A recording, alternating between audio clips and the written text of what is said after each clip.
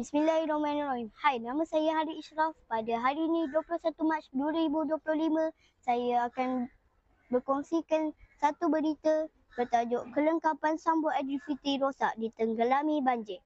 Johor Bahru. Seorang mangsa banjir, Hairul Azim Jasmin, 21, terkilan apabila kelengkapan bagi menyambut Hari Raya Aidilfitri tidak lama lagi seperti baju, langsir dan televisyen rosak ditenggelami banjir.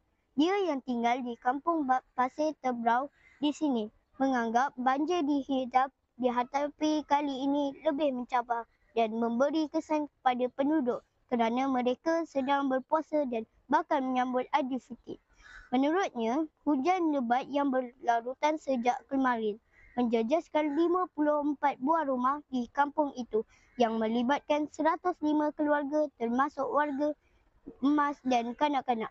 Keadaan semakin buruk apabila paras air meningkat pagi tadi semalam dan mula menenggelamkan rumah penduduk.